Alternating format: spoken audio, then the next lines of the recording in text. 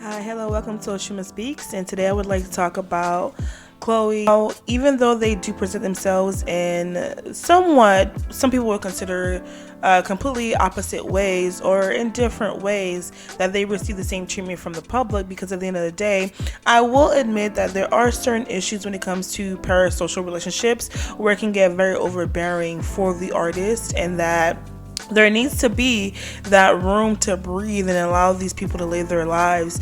And if something is to occur, then that is a life lesson and a learning lesson for them.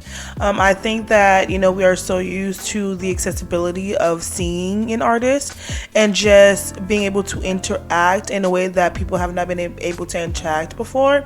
And therefore, there's a sense of entitlement that comes with that. I want to bring about the concept of basically dark female energy and light female energy. Okay, so this is a new topic and a new trend that's been occurring, is the overwhelming need to label aesthetics or to curate an aesthetic based around a certain vibe, right?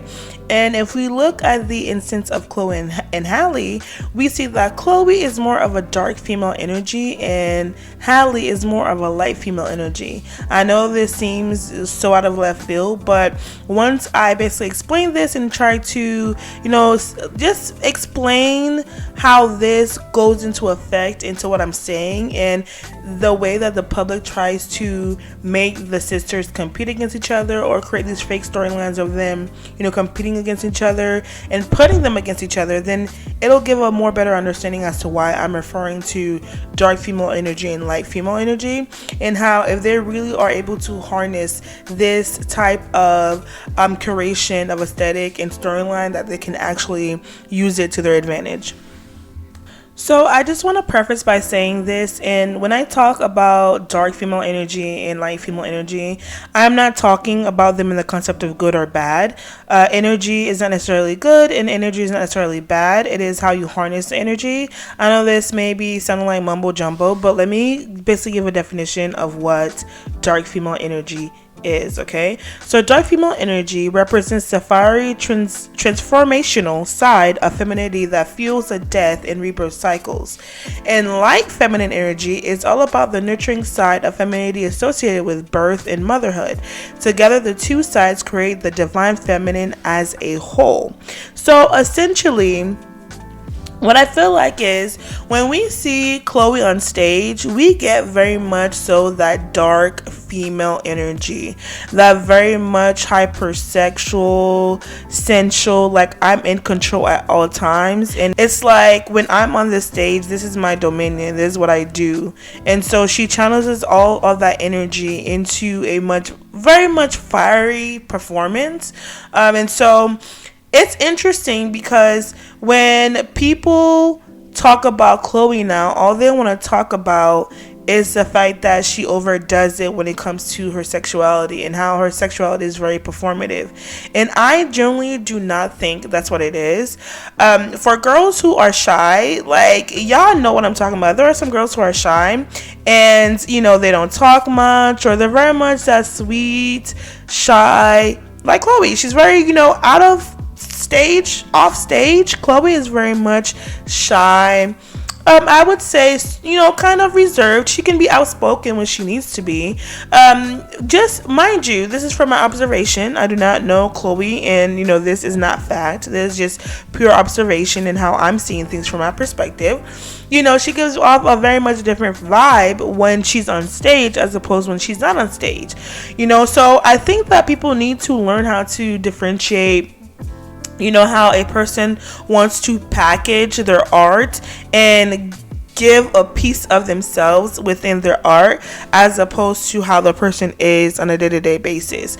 I do think that the way that Chloe shows her sexuality is very much authentic to herself, but I think that when we see her and when we see her sit down and talk, I think there's a disconnect because we're expecting that to also reverberate. Now, I'm not perfect.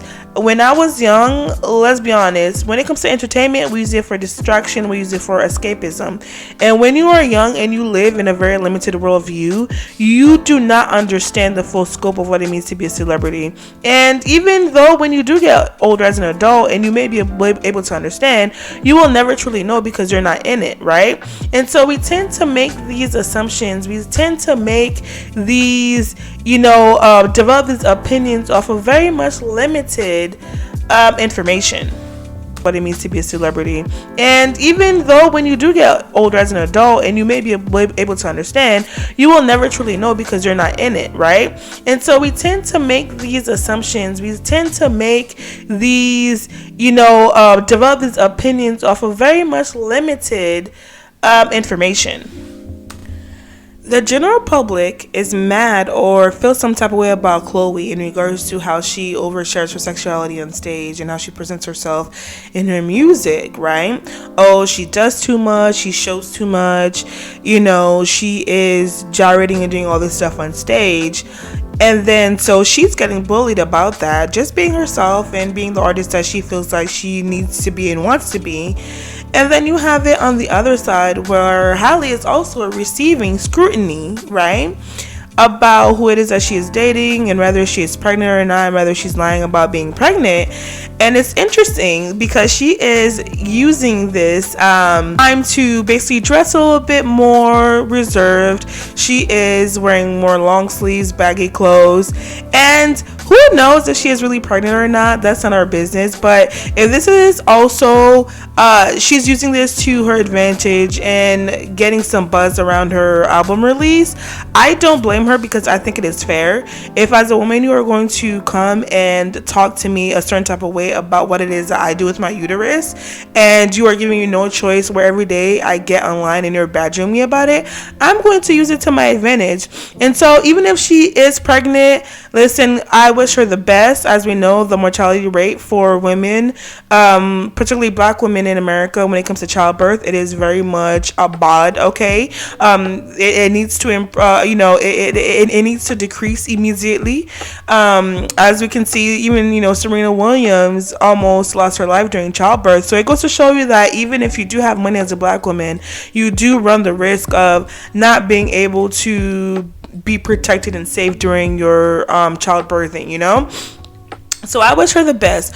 But girl, if you're using this opportunity to basically, get your coins and get this free promotion, go on ahead and do it, because I wouldn't blame her.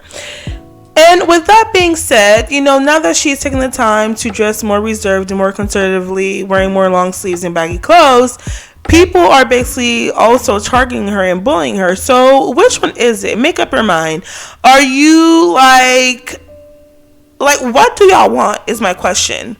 You're mad at Chloe for being who she is and showing her sexuality, and then now you're mad at Halle for basically covering up and just wanting to, dress however it is that she wants to dress, with this current in time, whether she's pregnant or not. That's none of our business. And I think that,